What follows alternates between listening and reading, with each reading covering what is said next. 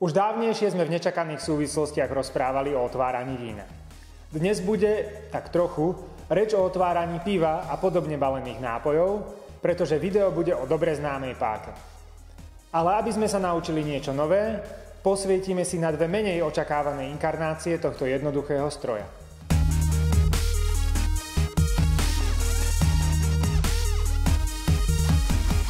Páku poznali už staroveké civilizácie a prvé písomné zmienky o princípoch jej fungovania pochádzajú od Aristotela. Idea je veľmi jednoduchá. Na zdvihnutie 2-kilového závažia do výšky 1 meter treba toľko isto energie, ako na zdvihnutie 1-kilogramového závažia do výšky 2 metre. Ak by sme teda mali zariadenie, ktoré by nám umožnilo pôsobiť na 2-kilové teleso tak, ako keby sme dvíhali 1-kilové teleso, mohli by sme menšou silou podvihnúť ťažšie závažie. A páka je presne takýmto zariadením. Ide o nejaký nedeformovateľný mechanizmus, ktorý prenášanie sily rieši opretím o niečo pevné a nehybné. Otáčanie okolo tohto bodu zariadi, že koniec s menšou silou prejde väčšiu dráhu, presne ako potrebujeme.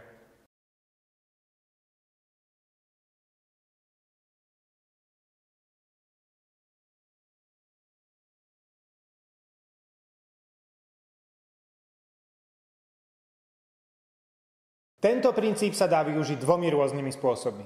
Ak máte k dispozícii malú silu, ale veľa priestoru, môžete ju premeniť na pôsobenie väčšej sily, ale na menších vzdialenostiach. Naopak, ak viete pôsobiť veľkou silou na obmedzenom priestore, môžete svoj dosah zväčšiť za cenu menšej pôsobiacej sily. Nemusíme chodiť ďaleko, aby sme nejaké tie páky okolo nás našli.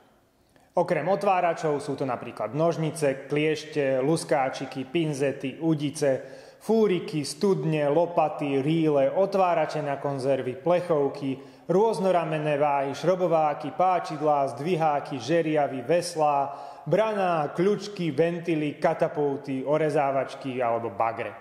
Dve situácie, na ktoré sa pozrieme my, sú ľudské telo a bicykel. Naše telo je plné všakovakých pák.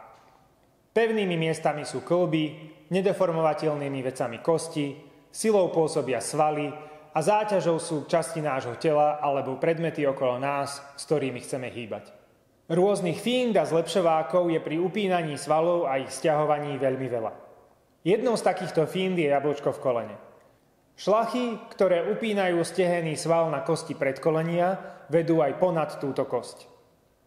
Tým sa zväčšuje uhol upnutia a zväčšuje sa aj zložka sily, ktorá koná prácu. Nehovorili sme o tom, ale je intuitívne jasné, že ak sila nepôsobí kolmo na páku, tá zložka sily, ktorá pôsobí do pevného bodu, veľa vody nenamúti. A sťahovanie svalu sa stáva efektívnejším.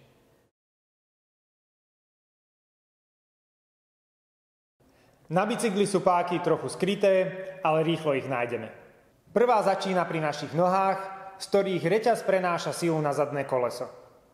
Keďže kľuky sú oveľa menšie ako kolesá, veľkú silu našich svalov vymeníme za výrazne väčšiu rýchlosť pohybu, ale proti menšej sile. Ďalšia páka je skrytá vo fungovaní prehadzovačky. Ak zväčším zadné ozubené koliesko, zväčším tým efekt prenášanej sily, lebo tá sa posunie ďalej od pevného bodu. Pri danej sile svalov budem preto vedieť poháňať bicykel proti väčšej vonkajšej sile, napríklad do strmšieho kopca. Zmenší sa ale rozdiel medzi vzdialenosťami, na ktorých sily pôsobia a nebudem vedieť ísť až tak rýchlo. A asi vás neprekvapí, že podobne to funguje aj v automobilových prevodovkách. Skončíme otázkou a úlohou na zamyslenie. Otázka: prečo má na bicykli prehadzovanie na väčšie predné ozubené koliesko opačný efekt? A úloha? V našom tele sú svaly väčšinou upnuté blízko ku kĺbu a záťaž je od kĺbu v celku ďaleko. Sú ale miesta, kde to tak celkom nie je. Skúste si rozmyslieť, ktoré to sú. Ak sa vám páky páčili, dajte nám like a prihláste sa na odber videí od Matfize.in.